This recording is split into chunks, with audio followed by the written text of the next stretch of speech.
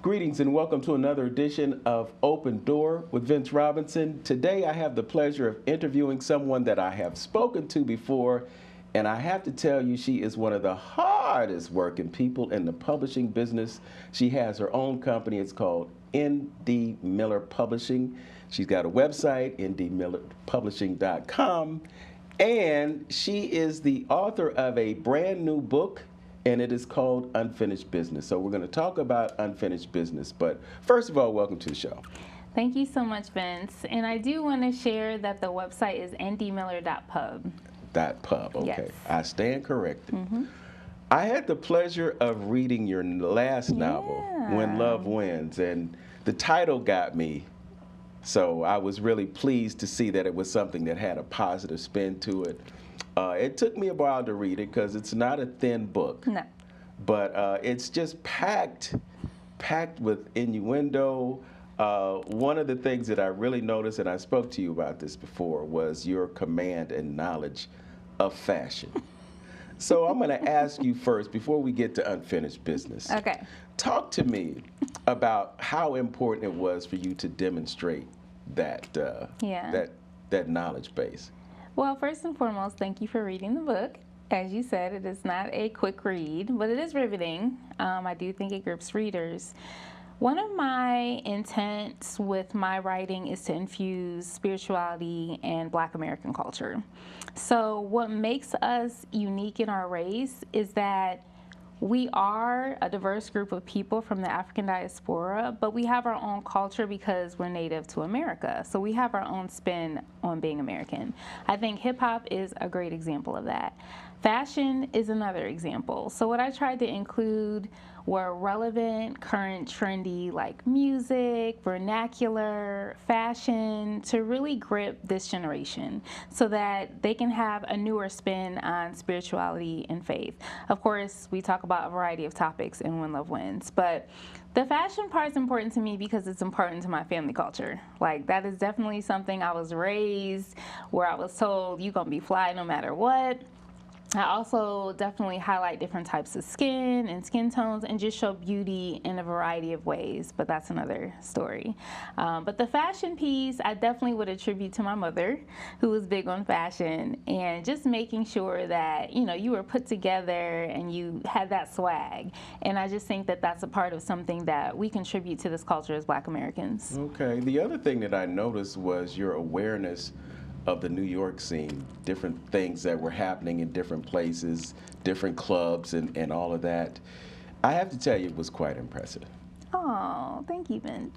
So we'll move forward to this new book, Unfinished Business. Yes. Give us what the storyline. What is this one about? So the thing is, I'm creating a series. When Love Wins is book 1 in the Devon's Cafe series. When I released my very first compilation of short stories, which is Stories for the Urban Soul, there were 2 short stories in that book that the book begins with.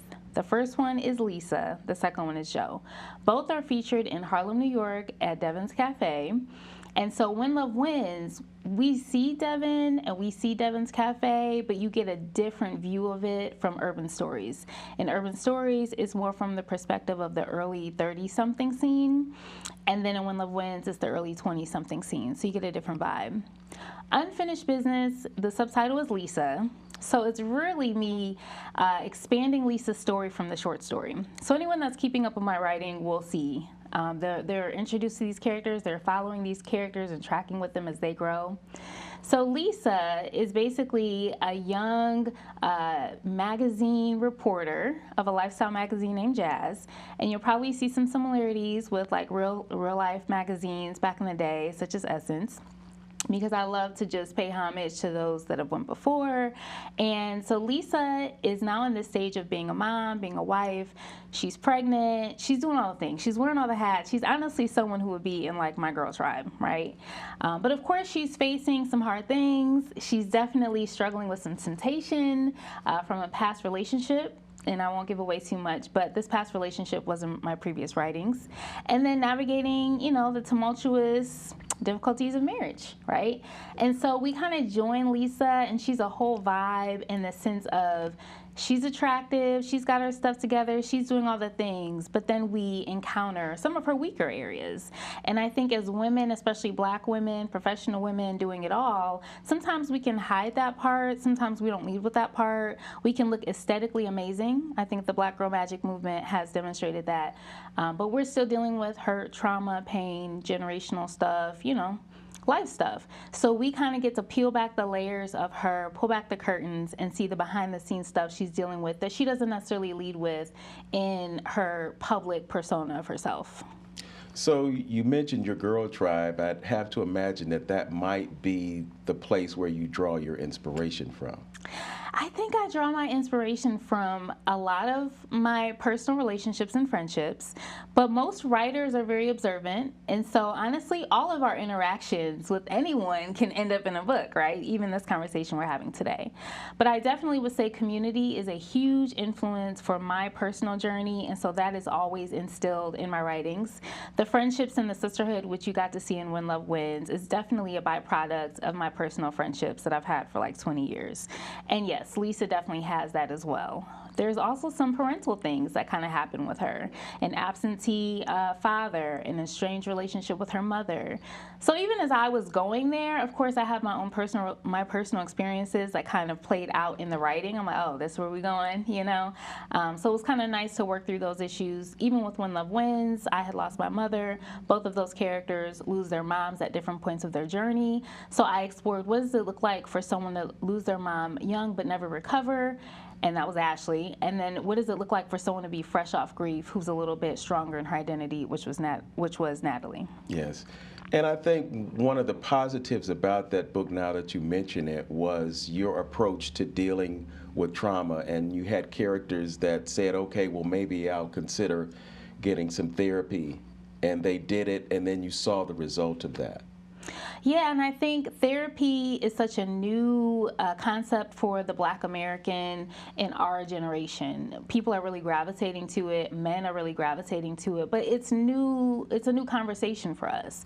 Back in the day, we were just told, Jesus and keep it pushing, right? Now we're understanding that there's various tools that can help us, that we're holistic people, that we're complex individuals, and that healing comes through inner dialogue and conversation and really connecting with others. So a therapist is a great tool, one that I've used in my past, but even books on therapy. I've healed from just reading books by counselors, right? And just having the tools to navigate different mental health struggles. So When Love Wins addresses mental health struggles. We have Natalie, who struggles with cutting. We don't talk about that a lot in the Black community. That's very unique to her. I personally struggled with eating disorders. We've talked about that on my platform for Girl Talk. Lisa has her own mental health struggles that she dives into with depression and grief and loss and things like that. So okay. So I would be remiss if I didn't give you an opportunity to talk about an event that you have coming up. Yeah. It's an indie publishing workshop. And yeah. I will also mention that you're going to do a writer's workshop for the Larchmere Cultural Arts Festival, so I'm really looking forward to that. But tell us about this publishing workshop that you're going to do. This is something that's been on my heart for 3 years. So as you know, being an indie author yourself, and for those who don't know, an indie author is a self-published author. So you can go the traditional publishing route, where you get a publishing company, you get a lit agent, you have to shoot out your book query, a pitch, all the red tape, then they may eat up all of your royalties with marketing and all the things.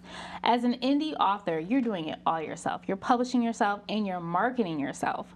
Now, I also have a hybrid publishing company, so we will partner with indie authors to help them have a quality product, right? But because you're so on the grind, and I've paid my dues, put in my work, and I'm still putting in my work, I've seen it over and over, where you travel somewhere, you pay all this money for a table, barely anyone buys your books, barely any marketing's done, barely anyone shows up. And my heart is grieved, and I've honestly never seen this happen in Cleveland. So it's been something I wanted to do, to give a space for indie authors to really bring out readers, to really market, to really push their brand, and have them put money in their pockets, have them connect and collaborate collaborate and network. So I'm doing it under Indie Miller Publishing, my publishing house, inviting key partners in the city such as Lit Cleveland, The Land, Glossy. And I didn't even know when I would be ready to do it until someone was like, I'll go. If it's not just you and me, I'll go. And I had to step back and say, like, am I there? Am I there now? And realizing, like, oh, I am here, so I can do this. And definitely it's been a great response. We've had over 20 authors who are on board, and then we're combining it with the Girl Talk podcast and the book launch for Unfinished Business. So I'm kind of doing like a one-stop shop. It's June 21st, 12 to 4 p.m. at Breakthrough Sound Studio. Breakthrough Sounds.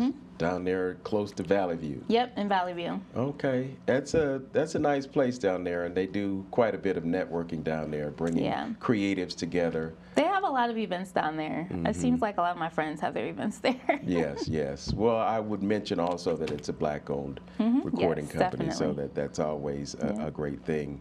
Let's dive into the weeds of your writing process. Okay. Talk to us about how, from start to finish, you do a book. You know, it's so wild, Vince. I don't know if I've talked about it on this platform, but I often talk about how writers typically fall into two categories, and I don't know which one you relate to. But you have the outliner and you have the free writer. So the outliner is someone who kind of like knows going in exactly what they want to write about. They probably have their chapter headings, they know the ending, they know the beginning, they're filling in all the things. I am not that. I am a free writer. I love storytelling. So even with When Love Wins being my first novel, I will just start with a blank page and just see what comes out. And it's as I show up in writing that the story comes to me. I get more revelation by being obedient to write what's in my heart. So even with Unfinished Business Lisa, I had started that book probably on the tail end of finishing When Love Wins. And I wrote 3 chapters a few years ago. But I made myself stop because I was like, no, I need to finish When Love Wins. I cannot write a whole nother book while I'm writing this book. So when I picked it back up like last year, it was like, let me just kick off from there. And when I started the book, I thought it was going to be primarily about Lisa and this temptation with her ex. But then I get in it, and it's like a big focus on her relationship with her absentee father. And I'm like, oh, okay, this is where we're going with this. And then there were all of these other things that kind of happened that were obstacles that I didn't foresee until I got in it. Even with When Love Wins, Ashley has beef with Natalie, but for several chapters, I didn't know what the beef was really about. I just knew there was contention between them. Then I got to like chapter 9, and it came to me, and I was like, oh, this is what it is. So for me, it is like by faith, co-creating with the creator, intuitively just unleashing what's in my heart, and letting the story develop that way. Now, that does mean there's a lot of editing on the back end. So with When Love Wins, I did not know what I was doing as far as word count, as far as literary rules, all of the things. So I just learned by trial and fire. So I did have an editor really go through it, and I sat with it for a whole nother year because initially I had both characters' point of views in one chapter. And she was like, this is confusing. You need to develop Natalie more, redo this. And so I actually had to separate them, and every chapter alternates between the characters. But that was a tedious experience because it took me a year. With Unfinished Business, I knew what I was doing. I went in like, okay, this is the word count goal. I'm here in this chapter. I need to be wrapping it up. So even with the novel I'm working on right now, I'm skillfully navigating it way better because now I have like more understanding of my goals. And it's like, where do you want this chapter to go? It needs to be moving. This scene needs to be moving to the next scene. With When Love Wins, I just loved writing. So I was like, oh, this sounds great. And then with the editing, it was like, but is this scene necessary? Like, how is this moving the story forward? So to answer your question, I still do the free writing, but now I'm more intentional about hitting my goals so that I'm not wasting as much time, and it's a way quicker process. It seems, based on what you just shared, that it's also important to consider having someone edit for you. That is a necessity. I mean, for me, because I value quality and excellence. So if you're someone that's just like, I just want to say I wrote a novel, and you don't care that it's trash, then you can publish it, but I want to be a best-selling novelist. So for me, I'm trying to catch the eye of the masses, which I'm going to put my best foot forward. You're going to get quality story. It's going to be engaging. It's going to be complex. You're going to leave feeling impacted, right? I want to do that with everything I do. So editing is a necessity, and then there's different different types of editing. There's different rounds of editing. I talk about all of that through my coaching calls with my publishing house. And so I have beta readers for every book. I've done focus groups. You talked about the New York thing. I went to New York. I did my research. I interviewed people from New York. So for me, I'm very thorough because I want my message to be accurate and to feel real to the reader. Talk to me about your choices for a cover, because I noticed a stark difference between When Love Wins and Unfinished Business. I'm sure you were probably intentional about making that paradigm shift. And you know, you're a photographer, so you understand the vision. So when I write something or I create something, I have a vision. So for Stories for the Urban Soul, it was more about, first of all, it's your target audience, and it's about the feel. So Stories for the Urban Soul has a woman's foot on the front cover, a black woman with pink toes. Honestly, it's totally me. That's just my vibe. And so what I pictured was, this is going to be like a Hallmark, a black Hallmark, heartwarming feel for us. And ideally, somebody's reading it in the bathtub with bubbles. Like that would be me, with candles and music, and this is just that vibe, right? So that's why that cover was that.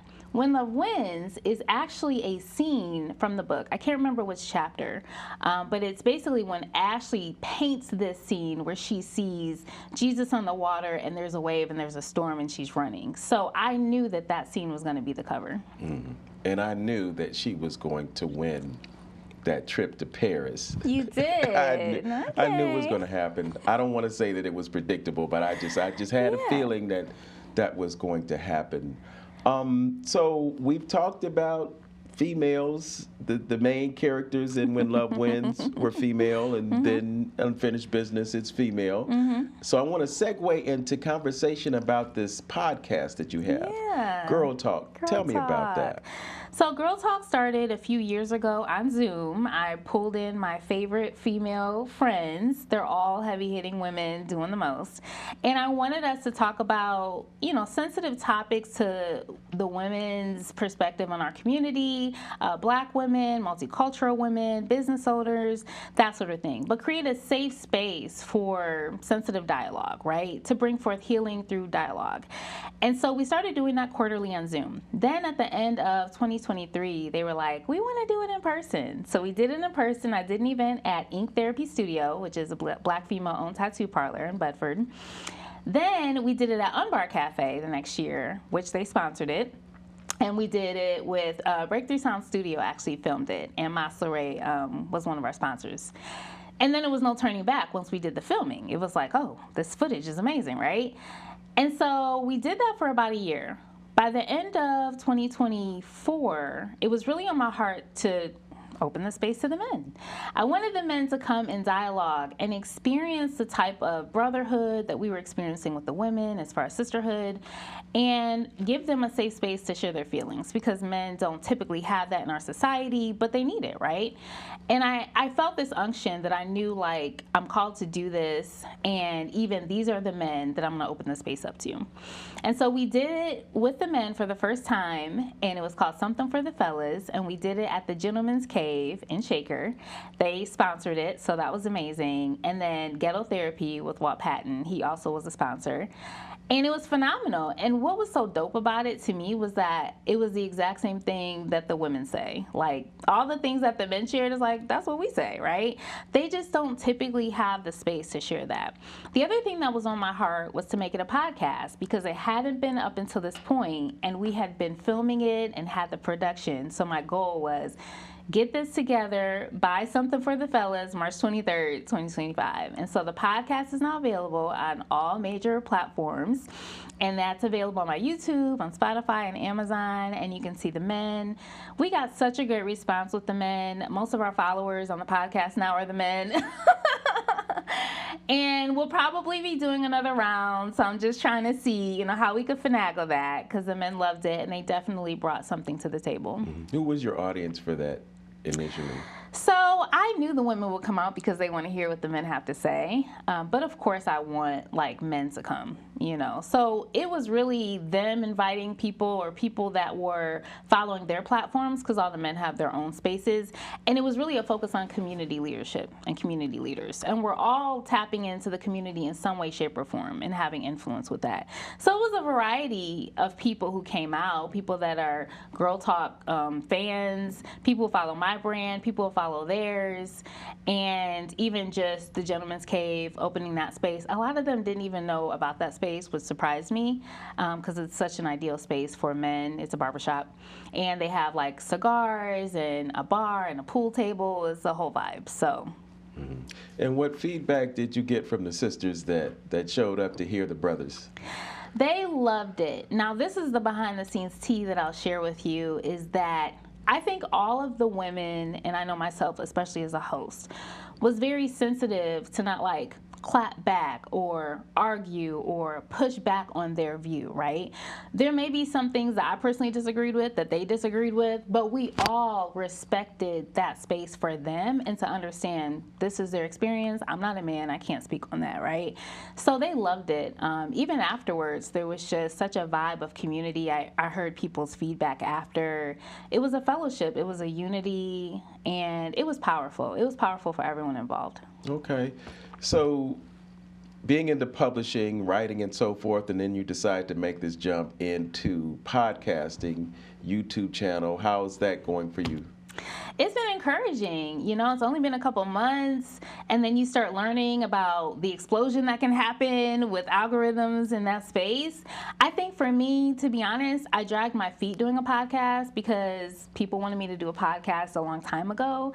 But as a writer who's birthing whole novels, and then I had the publishing house where I ghost wrote 3 memoirs for my clients, it was like, okay, a podcast just sounds like more work.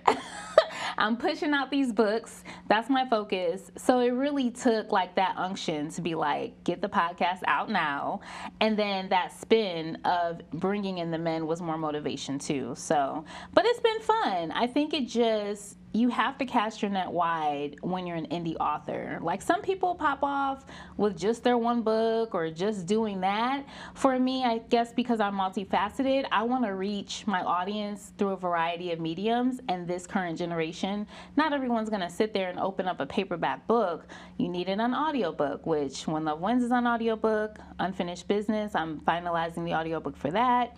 You need a blog. People still do, you know, read the blogs, but you need to be on social media, and you definitely need a podcast. So, yes. Well, I know in our last conversation on the air, you talked about stepping away from something that you had done for a while. I think you were doing folks' taxes and accounting and so forth. How is it for you now that you've stepped away from something that was paying your bills for you? Whew, it is a leap of faith, Vince. Like, it's a leap of faith because I'm a full-time creator, right? And I do turn away a lot of clients with the publishing house because I need to be in alignment with my client. I need my clients to be in alignment with my brand values. Even with the Indie Author Expo, like I've been very selective on who's going to be in this space. Same with Girl Talk Podcasts, because I understand energy, you do as well. And spiritually, I can't be connected or partnered with someone who's not going in the same direction or doesn't have the same beliefs, right? So it's a leap of faith to be like, I'm not going to just take money where I can get it. Because I could have that mindset, but I believe I'm on purpose and I'm intentional, and where I want to go, I'm not going to be just partnered with anyone. It's going to be specific people. It's not just about dollars. Okay. So what kinds of things would not be in alignment with your brand? Well, I do have certain moral convictions, right? And that may not resonate with others. I've had people want me to publish erotica. Like, that doesn't match with my brand. Or want me to publish very intense sexual graphics or language, or like maybe a drug book that has no purpose and shows redemption. You know, there's just things that I'm like, okay, this isn't bringing hope, inspiration, or empowering our community. So I'm not comfortable with publishing that or working with you on that. More kudos to you and your journey, but my journey is about transformation in our community. Yeah, and I really think that is extremely important, because one of the ways that we have suffered as a people is not having control of the narrative. And the narrative oftentimes is something that puts us in a place of victimhood. So I mentioned the happy ending, or at least the appearance of what could be a happy ending. I'm in a place now where if it's traumatic, if it reminds me that things are not good for us, I'd rather not go there. I'd rather read something that's uplifting, something that puts us in our rightful place and not in this place that seems to be reserved for us for perpetuity. So telling a good story, telling something that gives us a good place in the universe or in the world is extremely important. I agree. And I think historically, Black stories have harped on the struggle, have harped on the hardships, and that's a part of our story. But we're also very resilient people. And I think we need space to acknowledge that. And that's something that kind of came up with Something for the Fellas, is how resilient we've been. And even when I got feedback after Something for the Fellas from a man who's actually my chiropractor, and he was just saying he just felt so good afterwards. And that's kind of like the feedback I get with everything I create. It just leaves you feeling better. And I just think that's the intent of the creator. At the end of the day, all of the things that we go through, they can be used to help us become better. I'm not going to say it's easy, because it's not. But I just try to give my audience, my readers, tips and things that have helped me. My community, my faith, being kind to myself, working out, mental health therapists, all the things, right? Because we need each other in order to survive and to thrive. So all of these spaces, especially with Girl Talk and doing it with the men, is really to elevate that type of platform and thinking. Okay, in the last few moments that we have together, I want you to give us the information about that indie publishing workshop and also how folks can get with you if they want to get their book published. But it must be in alignment.